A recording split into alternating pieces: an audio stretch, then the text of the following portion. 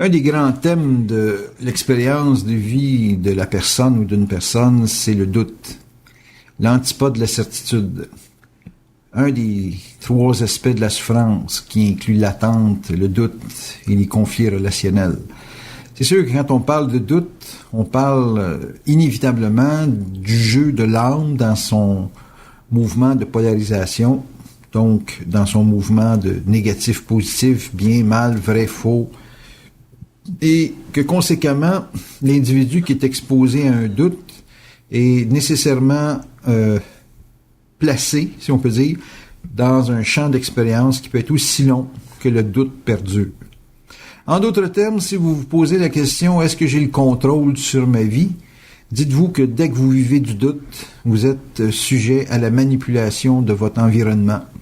Vous êtes sujet à la manipulation de vos pensées, donc à des atmosphères de réflexion excessivement intensives, et que le doute entraîne des réactions alors que la certitude entraîne l'action. Vous allez me dire, c'est quoi la différence? Ben, c'est simple. C'est que un être qui est réactif cherche à s'échapper d'un mal ou d'une souffrance, cherche à se dégager d'un climat de crise qui est lié justement à l'ambiguïté du fameux doute en question. Bon. Est-ce que c'est possible de ne pas douter? Écoutez, je doute sérieusement qu'il soit possible de passer toute une vie sans vivre le doute. Parce que le doute fait partie de l'expérience humaine, fait partie des jeux de l'âme. Quand un être vit de l'émotion, il est exposé à de la polarité et conséquemment, il est exposé à vivre du doute. Combien de gens qui ont vécu ce qu'on appelle l'amour, la passion, le désir, et qui se sont vus comme exposés après un certain temps d'extase à une retombée dans l'enfer du questionnement et de la réflexion sur la permanence, sur la stabilité de ce fameux état de détachement et de dégagement de la forme par le biais d'un bien-être extraordinaire. On a toujours peur de perdre quelque chose. Et la peur de perdre vient du fait qu'on doute de la stabilité, de la capacité de s'enligner sur un futur quelconque qui sera, à ce moment-là, garanti de quelque façon que ce soit. Donc, un être qui vibre de la certitude, c'est un être qui est capable de vivre avec le temps, qui est capable de vivre avec le vide et qui est capable de composer avec des relations qui sont en apparence instables, mais qui, à cause de la certitude d'être lié à une destinée commune avec ces gens, ben, l'être qui ne vit pas de doute, donc qui vit de la certitude, se sent comme lié, bon gré mal gré, à des gens qui doivent être dans sa vie et qui n'ont pas, lui personnellement, lui ou elle, peu importe, n'a pas personnellement une ambiguïté sur la permanence de la relation, comme s'il savait que la relation appartient à un événementiel et non pas appartient à des courants émotifs de l'ego sur le rapport qu'il entretient avec eux. Que ça veut dire quoi, ça? Ça veut dire qu'on ne peut pas douter quand on sait que c'est un destin. On ne peut pas douter quand on sait que tout est marqué. On ne peut pas douter quand on sait qu'un individu fait partie d'une mise en scène qu'il est obligé de vivre avec vous ou qu'il est obligé de vivre dans un contexte quelconque. En d'autres termes, on n'a pas à s'inquiéter de l'évolution déjà parce que l'évolution de la personne est déjà liée à une destinée, à un rapport avec l'action d'une certaine façon. Donc, on pourrait dire dans un sens que pour avoir une élimination du doute, pour éliminer et extirper le doute de notre vie, il faut avoir une certaine conscience occulte. Il faut avoir une certaine conscience de comment les forces planifient la vie d'un être humain. Et que, en dehors de cette, pas croyance, mais de cette espèce de constat qu'on est capable de faire tous les jours, il est impossible de ne pas douter parce que la réflexion, par principe, amène un individu à douter inévitablement. En d'autres termes, il est impossible pour quelqu'un qui réfléchit, qui pense sa vie en jeu, de ne pas être exposé à des confrontations, à des obstacles qui à un certain moment donné sont absolument insolubles avec la mémoire dont on dispose et qui conséquemment nous obligent à vibrer des expériences, à être plongé dans des cul-de-sac incroyables au niveau psychologique pour en arriver à vivre un lâcher-prise total et intégral qui permet à ce moment-là à l'individu de faire le constat que s'il est en vie, c'est parce que c'est un destin et que si ça va mal, aussi, c'est aussi une question de destin parce qu'il doit aller chercher une expérience et aussi une réponse dans cette souffrance. Parce que toute souffrance, toute erreur qui est perçue au niveau de l'ego comme étant une erreur, a la fonction de nous obliger à pousser vers une solution qui ne peut pas venir de l'âme, qui ne peut venir que de l'esprit et qui, conséquemment, permet à ou aux individus de faire des prises de conscience. C'est quoi de l'intelligence? C'est cette capacité de lire une vibration et d'être sûr, de l'événement simplement sur la vibration. De me dire c'est un tour de force. Mettez-en que c'est un tour de force. C'est très difficile de pouvoir faire confiance à une vibration. Parce que une vibration, c'est pas encore un langage, là. C'est simplement un état d'esprit, un état de conscience qui peut arriver à s'exprimer dans un langage. Donc, vous pouvez avoir un dialogue, une explication. Ça, c'est pas tout le monde qui peut avoir ça, mais il y a des gens qui réussissent à avoir des explications, tout ce qu'il y a de plus rationnel sur la condition dans laquelle ils vivent. Mais en général, toute personne, ça inclut tout le monde sur la planète, peut sentir une prise de conscience par vibration, va sentir que telle chose va s'arrêter. Exemple, une souffrance énorme, une grande souffrance dans la vie, physique ou mentale ou morale ou émotionnelle, va s'arrêter juste par le senti. Elle va dire, j'ai souffert beaucoup, mais là, je sens que ça achève. Sentir que ça achève, c'est pas nécessairement rationnel, mais elle sent quelque chose. Donc, c'est une vibration qui semble s'appliquer pour mettre un terme à cette excessive polarité. Donc, ça veut dire que tout le monde connaît son destin. Tout le monde sait, en quelque part, qu'en décrochant du jeu de la réflexion, en décrochant du climat de questionnement dans lequel il est capable d'avoir une réponse à ce qui doit être une décision éventuellement, et donc de cette décision découlera un groupe d'événements quelconque qui permettra une construction, un développement, une prise de conscience qui donnera finalement une paix, un calme à la personne qui, à travers toutes ses expériences, lui fera comprendre qu'elle a vécu ça, pour se donner une force et une autorité. On pourrait donner la petite phrase célèbre « Tout ce qui vous tue pas vous rend plus fort ». Et tout ce qui vous garde dans le dos, tout ce qui vous garde dans le doute vous affaiblit. C'est bon l'affaire du dos, pareil.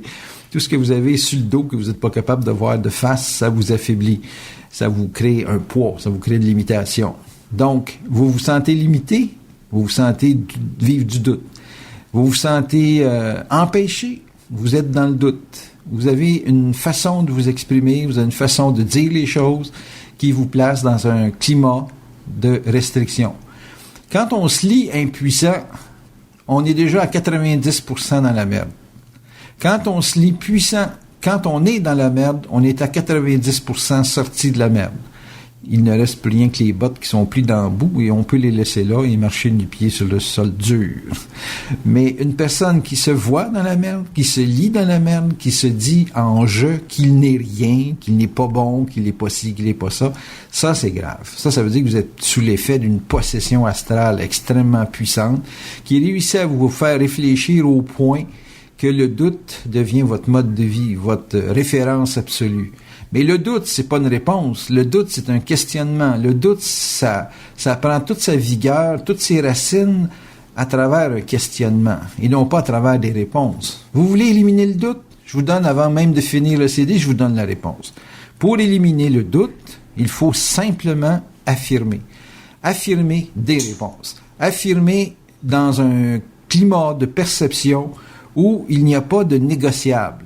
Même si dans votre affirmation, dans votre réponse, vous êtes dans la forme ou vous êtes dans un contexte qui vous induit en erreur, vous êtes mieux avec une réponse qui met dans l'erreur que d'avoir à attendre la vérité. C'est dur, ça, pour l'ego, parce que l'ego, lui, va être vrai. D'ailleurs, c'est cette recherche de vérité, c'est cette recherche de vouloir toujours être exact qui vous fait vivre autant de doutes.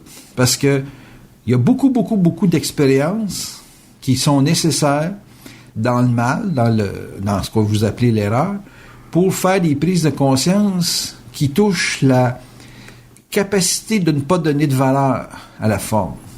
si vous voulez que la forme soit parfaite, je vous le dis tout de suite, ça peut pas exister parce que la forme doit être détruite éventuellement. Donc, pourquoi donner de l'importance à quelque chose qui est temporaire? Pourquoi ne pas donner d'importance à votre individualité, à votre identité, à votre force de caractère, qui va vous habiter toute votre vie, donc qui va vous servir d'une façon continue. Alors que la forme, elle est là pour votre expérience, elle est là pour vous servir. Vous ne faites pas des études pour être un champion de littérature ou un champion de médecine. Vous faites des études pour être médecin, pour être écrivain. Donc, pourquoi la forme, c'est important? Pourquoi le livre, c'est important? Pourquoi la dynamique de cette profession serait l'élément qui doit dicter votre vie? Pourquoi pas vous dicter avec un outil et un service ce qui doit être votre vie? C'est changer la façon de voir les choses. Le doute s'insère dans un élément qu'on ne contient pas, qu'on ne contrôle pas. On vit pas de doute quand on cherche pas à contrôler. La personne qui ne cherche pas à voir l'échéance des choses, mais qui se concentre sur le fait de bien faire ce qu'elle a à faire dans les médias, est donc liée à une action qui n'est pas sous son contrôle, mais qui est en contenance. Alors que l'autre individu, lui, qui cherche exclusivement à se donner une autorité sur les événements, va inévitablement se rendre compte qu'il donne trop d'importance aux résultats, à la forme et à l'appréciation de son environnement, et qu'il est continuellement sous la tutelle de gens qui doivent décider à sa place de ce qui doit être le vrai et le faux. Il n'y a pas de liberté là-dedans, donc il y a espace à du doute, donc il y a espace à la réflexion, donc il y a espace à la destruction de son individualité et de son identité. Ça donne quoi comme conséquence? Ça donne que vous êtes collectif. Ça donne que vous êtes obligé de vous lier à d'autres pour vous assurer que vous n'êtes pas responsable de quelque chose. Alors que l'individu qui, lui, est libre du doute, n'a pas une certitude pour les autres. Il a une certitude pour lui-même qui peut bénéficier aux autres. La nuance est grande. Parce que être sûr pour soi, ça n'implique personne d'autre que soi-même. Si l'autre dit, c'est pas vrai ce que tu dis, c'est pas son problème parce qu'il n'est pas là pour être vrai pour quelqu'un. Il est là pour vibrer un état de certitude qui est en fonction de son propre expérience. Ça donne une erreur pour l'autre. C'est pas encore là le problème pour la personne parce que c'est pas l'erreur qu'elle regarde, c'est l'expérience qu'elle vit et ce qu'elle apprend. Donc, ce que l'autre évalue comme étant une erreur, c'est pour l'autre, c'est pas pour lui. Donc, une personne qui est capable d'en arriver à se dégager du doute, c'est une personne qui ne vit pas pour les autres, qui vit pour soi-même avec un regard d'une capacité de se développer, de vivre de l'expérience et d'assumer la conséquence de ses actes. Pour beaucoup de gens, être sûr, c'est être sûr d'un résultat. Pour la personne qui a de l'identité, être sûr, c'est être sûr de ce que l'on vibre, ce que l'on sent et où ça mène. Donc, la personne, elle est sûre parce qu'elle sait qu'elle est sûre de s'ajuster. Elle est sûre de pouvoir corriger. Elle est sûre que la vie, ce n'est pas une perfection et que c'est un mouvement de croissance constant. Elle est sûre parce que les autres ne sont pas d'autre chose que des outils pour se développer pour elle-même. Donc, conséquemment, il y a dans sa certitude une autorité et une capacité de faire qui ne vise pas, non pas à dominer les gens, mais à être en dominance sur sa propre vie, sur ce qu'elle a de la difficulté à contenir et ce qu'elle veut contenir pour son équilibre et son bien-être. On pourrait se poser la question également où on peut subir des influences pour nous enchaîner au doute. Vous savez, l'intellect et l'émotionnel sont les deux éléments sur lesquels l'individu est exposé à vivre beaucoup de doutes. Quand on parle de l'émotionnel, on parle de cette capacité qu'on a de s'attacher et de l'obligation dans l'expérience de vie de connaître un détachement. On pense ici, exemple, tout simplement à des parents qui ont des enfants, qu'ils vivent beaucoup d'attachement. Et à un certain moment donné, l'enfant doit se détacher. Et ça, le parent vit beaucoup d'inquiétude, donc beaucoup de doutes sur l'énorme travail qu'il a fait pour permettre à l'enfant de s'asseoir sur une certitude pour combattre dans la vie. Ça donne quoi, ça, en final? Ça fait que on est émotionnellement lié à des gens qu'on veut la meilleure vie possible et on travaille avec eux à je dirais, envelopper une expérience humaine de telle façon à ce que ce soit le moins souffrant possible. Et lorsque cet être a atteint un certain degré de confort, si on peut dire, il doit faire face, bon gré mal gré, à son expérience personnelle de façon complètement individuelle, de façon totalement détachée de toute centre d'influence qui peut ou qui pourrait lui donner une certaine certitude. Faut qu'il goûte à son propre mouvement, faut qu'il goûte à son propre calibrage dans son intelligence, et il faut évidemment qu'il voit ses propres succès sans aucune forme d'influence extérieure. C'est comme si pour se posséder lui-même, il faut qu'il soit à l'abri de toute forme d'interférence, même positive, à son égard, afin de vraiment se mesurer avec ce que doit être la vie. Bon, on vit du doute parce que, en se détachant, on a l'impression de perdre une ressource qui va nous exposer à une crise grave. Si on vit de la certitude, c'est parce qu'on a fait tout ce qui était à faire pour que tout ce qui doit être fait dans les conséquences de nos actes soit un résultat pas qui est sous notre contrôle, mais qui convient harmonieusement à ce qu'on recherche de vivre dans la vie. C'est sûr que on est toutes des gens qui vivent de l'émotion. On est tous des gens qui vivent à un certain niveau une grande affectivité, une grande sensibilité à l'égard de nos proches. Et c'est sûr que même si nos proches sont détestables, qu'ils ont tous les défauts de la planète, on a quand même à connaître par rapport à cette forme de malaise ou de mal-être, on a quand même à vivre un détachement. Qu'on haïsse quelqu'un, qu'on aime quelqu'un, on est attaché à la personne. Qu'on vive du doute à se détacher, c'est lié au fait qu'on se demande qu'est-ce qui va se passer après. Quand on haït quelqu'un puis qu'on dit, quand je vais être détaché de cet horrible personnage-là, il me semble que ma vie va être meilleure. Mais on ne sait pas ce que c'est notre vie sans cette haine-là. Parce que on se rend compte, à un certain moment donné, qu'il y a des gens dans notre vie qui sont là pour nous faire vivre de la colère, de la rage, de la crise, puis que ça n'a pas nécessairement un mauvais goût en finale, parce que ça nous permet de développer de l'autorité, ça nous permet de développer de la contenance, de la force. Il y a beaucoup d'éléments qui exigent que ça soit négatif dans la vie pour que justement la force que l'on a en soi ressorte. J'ai souvent dit à des gens, vous savez, c'est le mal qui nous rend plus forts et c'est le bien qui nous rend intelligents. Mais un sans l'autre, ça fonctionne pas. Le mal pur, pas d'intelligence, ça devient vraiment difficile pour l'être de se donner un droit d'exister ou un goût à la vie. Il lui faut quand même du bien, donc il lui faut de l'intelligence pour être capable d'opérer la masse négative que peut représenter le combat de la volonté contre la forme, contre la résistance, contre l'obstacle, contre le temps, etc., etc. Donc, le négatif bâtit la volonté, le positif bâtit l'intelligence. La combinaison des deux permet un être qui est capable d'agir, se synchroniser, se syntoniser avec son milieu. Mais dans la période négative, on est confronté à beaucoup d'obstacles, donc à beaucoup de doutes.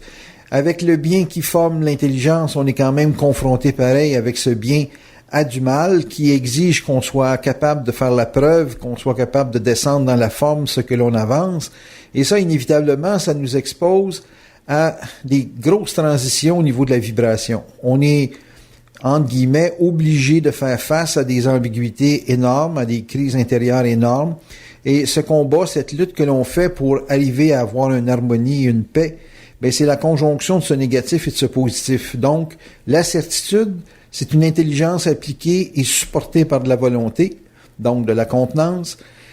Et on se débarrasse de la souffrance du mal en ayant affiché notre autorité, notre volonté, avec l'intelligence et la reconnaissance du geste exact, du verbe exact, du mot exact, qui nous permettra de trouver une paix avec notre environnement, avec nous-mêmes, quand il est question d'action et de décision qui doivent avoir un impact positif dans notre vie.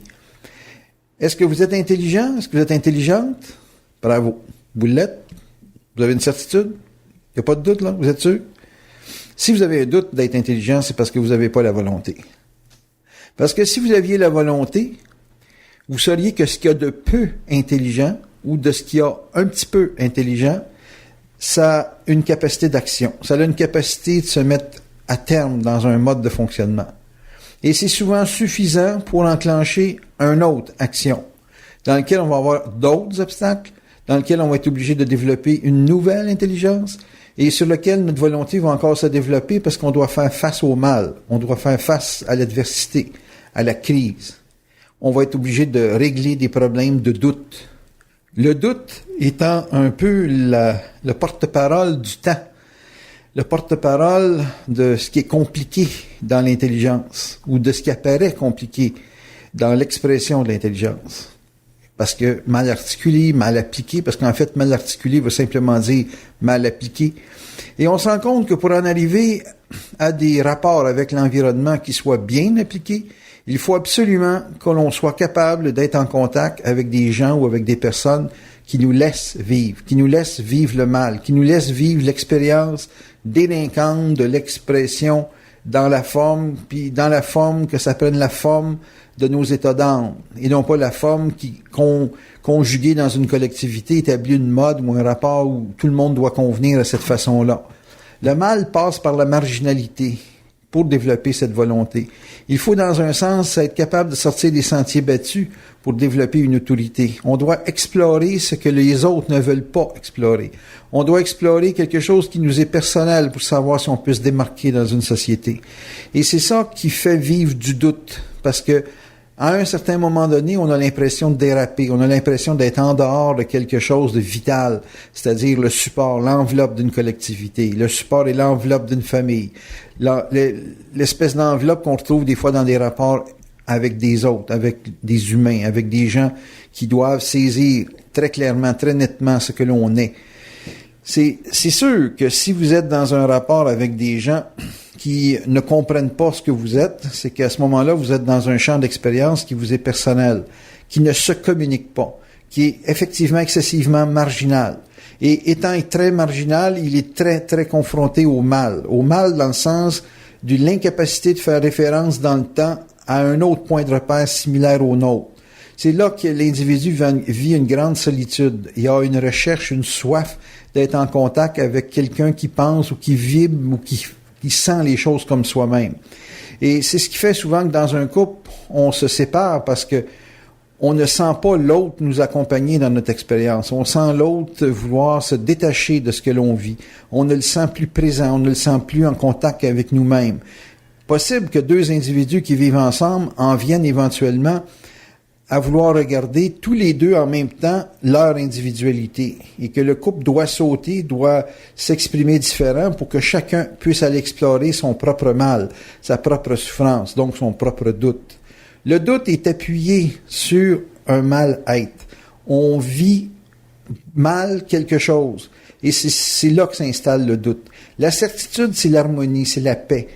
Quand on a une certitude, on fait la paix avec soi-même. On fait peut-être quelque chose qui ne convient pas aux autres, mais on est en paix avec soi-même. Le doute, c'est l'enfer. C'est la crise. C'est l'incapacité d'attendre. C'est l'incapacité de ne pas voir le résultat. C'est l'incapacité de ne pas voir dans la forme ce qui doit ou ce qui pourrait se passer. Donc, c'est sûr que quand vous êtes exposé à une crise de doute, vous êtes exposé à une perte d'harmonie et à un mal-être avec votre environnement. Est-ce que c'est chronique le doute? C'est aussi permanent le doute que vous n'êtes pas capable d'engendrer de l'harmonie. Vous allez dire, ouais, mais je doute pas mal, moi là. Si je suis pas capable d'engendrer de l'harmonie, ça va se passer comment? Écoutez, l'harmonie, c'est pas quelque chose qui se passe avec les autres. Tant mieux si ça peut se passer avec les autres, mais ça part avant tout de soi. Quand on est pris avec le doute, on est pris avec une réflexion. On compare trop. On réfléchit trop. On ne se met pas en état d'action. On est en état de suspension. On est suspendu à une preuve. On attend une preuve. On attend que l'extérieur, l'événement, l'entourage nous confirme ce que l'on sait ou que ce que l'on sent ou ce que l'on veut. Une personne qui vit de certitude est dans une action instantanée, sans réflexion, sans questionnement, et elle passe aux actes. Là, vous avez dit, c'est-tu le bon mouvement? On ne le sait jamais quand on est sûr. Ce qu'on est sûr, c'est qu'on est sûr. On n'est pas sûr du résultat. On est sûr de ce qu'on sent, donc de la vibration dans laquelle on est. Vous allez me dire, oh, ça a des grosses conséquences. Il n'y a pas de conséquences négatives parce que on est en harmonie avec soi-même. Même si c'est un état de destruction qu'on doit affronter, on vit une harmonie avec soi-même. Il y a combien de gens qui s'en vont à la mort dans cet état d'harmonie? Ils sont rendus à une échéance et ils sont sûrs que c'est la bonne chose à vivre, la mort. C'est un cas extrême, mais il y a des situations dans la vie où on peut pas se retourner. On peut pas dire, bon, ben là, j'ai pas le goût, là, ça me tente pas, là. C'est un fait inexorable. C'est un fait de vie qu'on doit affronter, point final.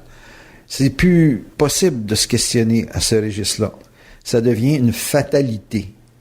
Bon, ben, de la certitude, c'est une action fatale. Et un doute, c'est une action relative, conditionnelle, mutable, qui peut se changer en tout temps. Une certitude, il y a quelque chose de fixe et de fluide en même temps. C'est fixe parce que c'est ça. C'est fluide parce que ça s'adapte continuellement au mouvement des événements. C'est sûr parce que vous avez la direction, mais c'est fluide parce que la direction ne vous impose pas nécessairement une forme fixe. Donc, vous suivez un courant et vous avez simplement la certitude d'être capable de le suivre, sans savoir exactement quel sera le résultat. Le doute, c'est relatif. C'est que à chaque fois qu'on est exposé à une action, on compare à gauche et à droite, en haut et en bas. On compare avec l'autre qui a fait quelque chose. On compare. Donc, la comparaison installe dans l'être une tension existentielle de mesure, de calcul, d'intellect. Et c'est là que où l'individu se vit émotionnellement et agit sur le feeling, souvent, pour essayer de neutraliser ce mal-être, il va aller dans l'intellect en se donnant une étude statistique du passé pour essayer de se donner un confort sur le présent et sur l'avenir.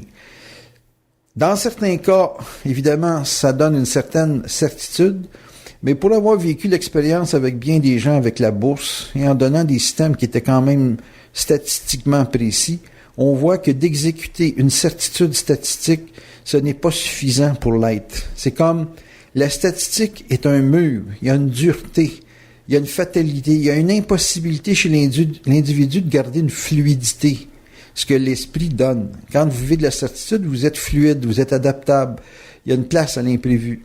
Dans de la statistique, il y a une fatalité du mouvement qui s'explique par telle chose s'est produite pendant 86 fois sur 100 et donc, conséquemment, c'est le geste à poser. Et l'individu, à ce moment-là, est confronté avec la fatalité de l'exécution et il n'a plus la capacité de penser dans un sens, mais il a aussi comme l'obligation de s'exécuter dans un autre temps. On va revenir sur un aspect de quel est le libre arbitre. Je me plais à faire un jeu de mots. Vous vous doutez bien que pour faire face au doute, il y a un moyen de s'en sortir. Et ce moyen, c'est l'affirmation et la mise en action de cette affirmation. Il y a une chose que le doute déteste le plus, c'est le mouvement. Vous mettez du doute dans du mouvement, non pas dans de la réaction, dans du mouvement harmonisé, coordonné. Vous vivez une grosse crise de doute et vous allez voir un spectacle de danse où les gens sont super synchronisés, ou vous allez voir un sport où les gens sont extrêmement professionnels, extrêmement présents et intenses. Et vous allez remarquer que ça a un effet sur votre personne, ça a un effet de vous défaire, de vous dégager de ce climat émotionnel de doute. Pourquoi? Ben, c'est bien simple, c'est que le doute doit absolument vous présenter du désordre pour qu'il puisse exister. Le doute n'habite que le désordre. Vous êtes en ordre, vous avez automatiquement une élimination du doute, d'une vibration de doute, d'un malaise de doute. Ça veut dire quoi ça? Ça veut dire que le principal conflit que vous pouvez avoir dans la tête est lié à une capacité de vous laisser atteindre par le désordre. Vous réussissez à vous sortir d'une atmosphère de désordre, une atmosphère de folie même. Vous réussissez à vous sortir de ça et automatiquement vous mettez un terme au doute. Essayez-les, vous allez voir. Placez-vous dans le fait d'un choix, parce que le choix, c'est une illusion en passant. Donc, placez-vous dans une situation de choix, un choix d'auto, un choix de produits, de consommation quelconque. Placez-vous dans cet état-là. Et commencez à dire « je fais ça »,« je choisis ça ». Et gardez l'état d'achat, de consommation d'un produit parmi une vingtaine, mettons. Gardez-le en tête pendant une journée. Et si vous n'êtes pas bien avec, changez de produit, mais soyez toujours comme « Ouais, je l'achète, là. C'est comme ça que je veux ça. » Avec la couleur, Vous allez à un certain moment donné vibrer un matériel, vous allez vibrer, mettons qu'on parle d'une auto, vous allez vibrer une auto plus qu'une autre. Probablement que vous n'avez même pas besoin de faire le tour d'une vingtaine, 2, 3 maximum, et déjà, vous allez sentir la vibration de la certitude. Vous allez sentir qu'il y a des choses que vous rejetez et des choses que vous acceptez. Souvent, c'est pas un véhicule qu'on cherche, mais c'est une façon de se transporter. Peut-être que vous allez en venir au fait que c'est pas une auto qu'il vous faut, c'est un bicycle à pédale, un vélo. Mais vous allez avoir à chaque fois habité l'expérience émotionnellement et intellectuellement de consommer le produit. Faites pas un exercice intellectuel de survol. Parce que ça, c'est des statistiques qui sont faites par d'autres, avec des gens qui n'ont pas nécessairement la volonté d'habiter ce qu'ils ont essayé. Un essayeur d'automobile ne dit pas qu'il voudrait acheter telle auto. Il dit que telle auto a telle statistique, telle consommation, telle puissance, telle ci, telle ça, et que ses impressions personnelles sont telle chose. Vous, à l'intérieur du même véhicule, vous pouvez avoir une appréciation différente, vous pouvez avoir une critique différente. Lui va simplement vous rapporter de ce que il croit que dans le marché, les gens devraient ou pas acheter. Avec statistique à l'appui, ça va de soi. Ça ne donne pas votre vision des choses. Ça donne une vision que lui a reconnue ou perçue et affirmée. Ça veut dire quoi? Ça veut dire que si vous, en tant qu'être, vous avez besoin de saisir votre réalité, vous avez besoin de faire le mouvement pour explorer des désirs qui vous attirent et des formes sur lesquelles vous voulez appartenir, sur lesquelles vous voulez que ça vous appartienne. Et dans un sens, dans toute cette exploration, vous allez saisir ce qui vous est dû, ce qui vous est collé à la peau. Vous allez me dire, oui, mais ce que je veux, j'ai pas les moyens. Bon, disons que vous n'avez pas les moyens. C'est pas une raison pour être en doute. Que vous ayez le doute de ne pas avoir l'argent, d'ailleurs, ça peut pas être un doute, c'est un constat, ben, ça vous enlève pas le fait que vous êtes sûr que c'est ça que vous voulez ou dans lequel vous êtes en harmonie. S'il y a un véhicule qui vous convient, s'il y a un rapport avec une femme ou un homme qui vous convient, si vous avez une façon de voir les choses qui vous convient, c'est pas parce que vous n'en êtes pas propriétaire que vous n'avez pas découvert la certitude. Je vous l'ai dit, le doute n'aime pas le mouvement. Le mouvement, c'est une occasion pour vous d'explorer votre monde intérieur, votre sensibilité, vos idées, votre concept. Quand vous avez des idées fixes, arrêtez. Allez dans l'inverse, allez regarder dans le monde de celui ou celle qui vous oppose. Allez dans son monde, allez regarder à travers ses yeux, allez vivre un petit peu de sa semaine, de son mois qui crée de l'opposition dans votre tête à vous. Vous allez peut-être découvrir quelque chose. Parce que si la personne a tant d'acharnement à vouloir vous confronter, c'est que peut-être qu'elle vit quelque chose qui est pas comme vous, qui est valable. Ça veut pas dire que vous, parce que c'est valable, que l'autre, c'est pas valable. Deux expériences contraires peuvent être valables pour un comme pour l'autre. Et ça, c'est une excellente expérience pour se démagnétiser du raisonnement fixe, rigide. Et oubliez pas, une certitude, c'est fixe dans de la mobilité. C'est très, très, très, très fluide. Et cette fluidité-là, c'est tout le secret de sa capacité de d'adaptation et sa capacité d'harmonisation. Alors que dans le doute, c'est des rigidités qui sont liées à de la polarité. Une vérité contre une autre vérité.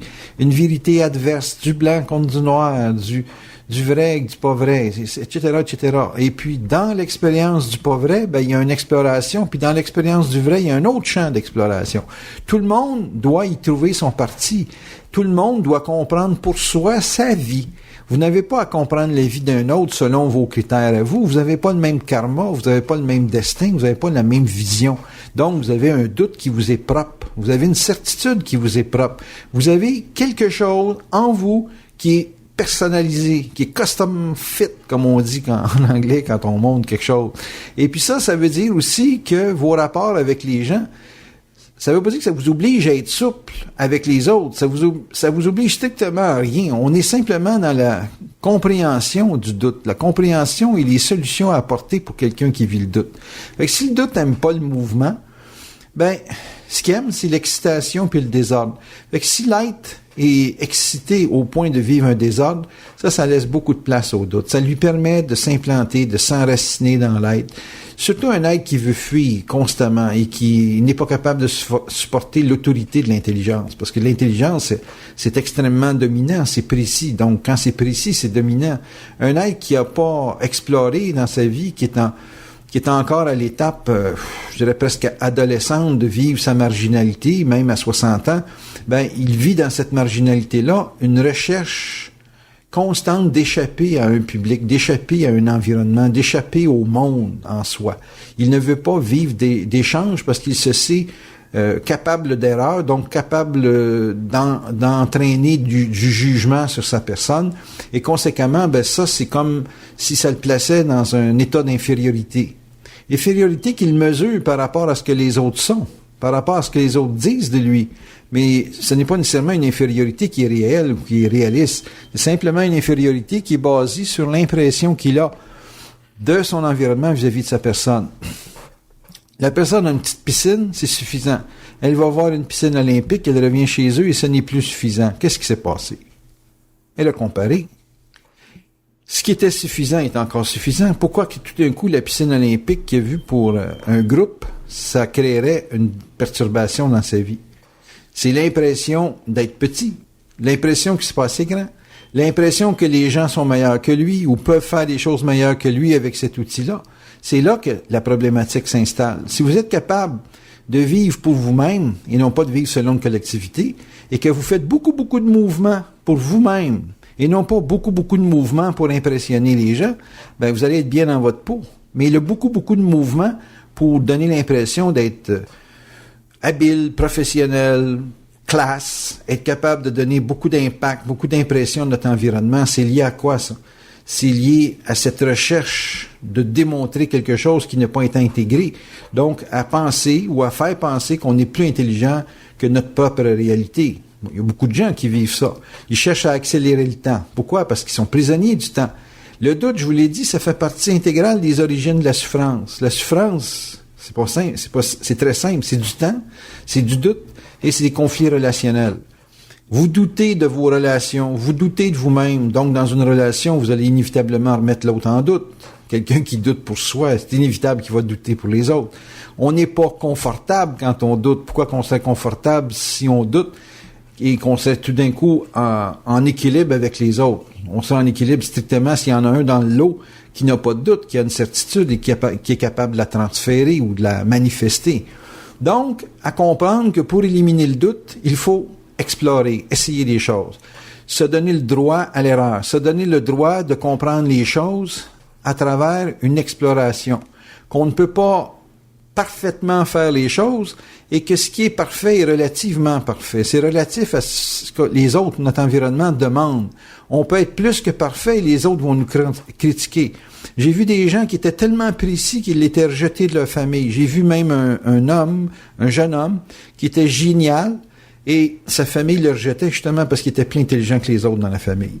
Il y a lieu à se questionner sur ce que c'est la perfection, parce que quand quelqu'un est plus parfait que les autres et qu'on le rejette, c'est que dans le fond, le monde ne veut pas avoir de la perfection. Ils veulent avoir quelque chose qui leur permet, dans leur exploration, de vivre. Bon, tirer avantage d'un problème karmique, parce qu'en fait, c'est un problème karmique. Pour tirer avantage d'un problème karmique, il faut que tu comprennes que, premièrement, c'est une initiation, c'est nécessaire, et puis éventuellement, c'est libérateur. C'est-à-dire que si tu es exposé à un problème, quand tu vas avoir réussi à être neutre, parce qu'en fait, il n'y a rien à régler, c'est simplement de passer à travers. Quand tu vas être capable de l'intégrer comme il faut, ben, ta relation avec tous les événements qui reflètent cet état d'âme-là va être neutre. T'sais, être neutre, dans mon cas, exemple, moi avec les chats, ça établit à être neutre avec tout ce qui fait pitié, tout ce qui est vulnérable, tout ce qui peut mourir sur la mauvaise volonté de mon environnement. Comprends-tu? Un autre comme toi, exemple, qui est bien sensible à l'histoire de la finance, c'est de pas t'inquiéter de manquer d'argent. Tu sais, de toujours savoir que les autres sont là pour te donner ce que tu dois avoir. Et non pas ce que tu mérites. C'est pas lié au mérite, c'est lié à ce que tu dois avoir. Puis dois avoir, ça peut être juste un verre d'eau et un biscuit pour la journée, là. Tu comprends-tu? C'est pas toi qui décides. C'est eux autres qui décident ce que tu dois avoir. Fait que passer à travers des obstacles d'âme, comme Chantal, son obstacle d'âme, c'est un obstacle relationnel. C'est pas un problème qu'elle a avec son mari, c'est un problème qu'elle a avec le monde. Tu sais, elle a un problème relationnel avec le monde. Elle n'est pas capable de rentrer en relation, puis elle va jusqu'à se donner un job pour se couper du monde. Parce que faire de la bourse, c'était couper. Puis elle nourrit juste la force intellectuelle de sa vie et non pas sa force affective, empathique face aux gens. Fait qu'ils vont y casser les reins en quelque part. Ils vont la forcer à développer de l'empathie avec son environnement. Bon, tout ça, là, chaque individu a sa bébite, là, a sa bébite dans le sens, a son Waterloo, a son conflit intérieur. Ben ça, faut que tu le vois comme une maladie que tu peux pas échapper, puis qu'une fois que tu vas l'avoir réglée, elle se reproduira plus jamais.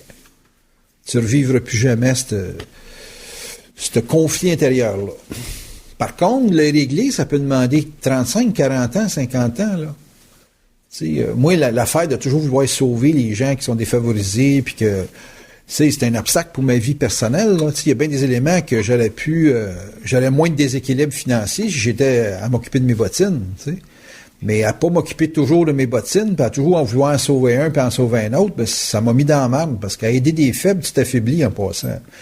Fait que la dynamique est que ça m'a aidé à faire mon travail, cette façon de penser-là, mais en même temps, ça m'a nuit dans mon processus de vie individuel. Toute votre expérience karmique d'âme qui est à dépasser, ça vous sert en quelque part, là. Tu sais, Chantal, ça y sert à s'isoler puis à trouver des avantages dans l'isolement. Accepter que pour de l'expérience d'esprit, tu peux pas prétendre être sur le contact juste pour avoir de l'information qui est utile pour ta petite vie, là. Ça marche pas de même, le contact, là. Le contact, le principe est que quand tu parles, c'est jamais pour toi. Dans le jeu. C'est jamais pour le jeu, le contact. C'est toujours pour quelque chose qui est en dehors du jeu. Fait que vous pouvez pas avoir le contact si vous n'êtes pas relationnel. Comprends-tu? Si vous n'êtes pas relationnel, vous ne pouvez pas avoir une verticalité qui passe à l'horizontale juste short. Si ça serait le cas, mettons que ça serait juste pour votre orbite de vie personnelle, ça voudrait dire que l'intensité dans le canal à la verticale, il n'est pas assez fort. Parce qu'ils ne peuvent pas vous mettre une grosse poussée verticale si vous n'avez pas de l'horizontale. Il vous faut de l'horizontale à la proportion de l'intensité qui vous descend dans le canal. Fait que votre précision, elle va toujours être récupérée par l'intellect si vous êtes short.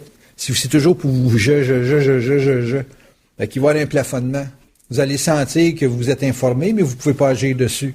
Pourquoi? Parce que c'est trop, l'horizontalisation de l'énergie n'a pas assez d'amplitude. Fait qu'ils te mettent en situation de crise pour que tu forces dans ton relationnel à stretcher, à allonger, si tu veux, ta dynamique de vie avec ton environnement.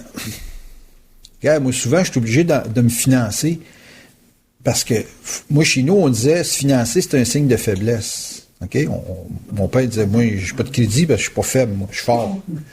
C'est donc de voir une compagnie qui a pas au moins 2/3 de sa capitalisation, qui est pas financée, par exemple, dans le marché. Tu prends Google, il vaut quelques milliards. Pourquoi? Parce qu'ils ont décidé de vendre des actions à du monde. Ils ont partagé leur propriété. Ils se sont gardés la majorité des actions, puis le reste de la capitalisation, c'est entre les mains des autres. C'est une dette, ça, là. Quand tu as des actions en circulation, tu as une dette envers les actionnaires. C'est comme ça que la société expand. C'est comme ça que les forces travaillent, de toute façon. C'est qu'en te mêlant aux autres, puis en vivant des conflits avec ton environnement, ben, tu finis que... C'est ça. Fait que vos problèmes, ils servent à quelque chose. Ça a une fonction frustrante pour le contrôle que vous perdez, mais on n'a pas de contrôle anyway. Fait que ça fait juste vous faire voir, vous mettre d'en face que, premièrement, vous n'avez aucun libre arbitre, que votre réalité, c'est celle que les forces veulent que vous ayez, et non pas celle que vous voulez avoir, puis que vos limitations, le fun, c'est de les faire sauter. Fait qu'ils vont vous mettre en situation de crise aussi longtemps que l'avantage de passer à travers la crise ne sera pas arrivé. Tu sais? Fait que c'est pour ça que je dis souvent, étudiez le mal. Faites une étude du mal. Tu sais, quand je dis aux gens, vous perdez à la bourse, étudiez ça, une perte.